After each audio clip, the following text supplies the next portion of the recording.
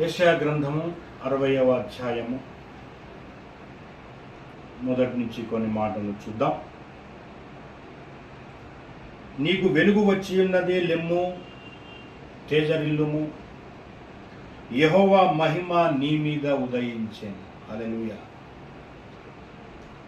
చూడుము, భూమిని చీకటి కమ్ముచున్నది, కటిక చీకటి జనములను కమ్ముచున్నది.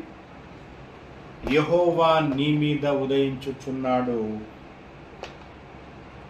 ఆయన మహిమ నీ మీద కనబడుచున్నది. హల్లెలూయా. దేవుని నామానికి స్తోత్రములు.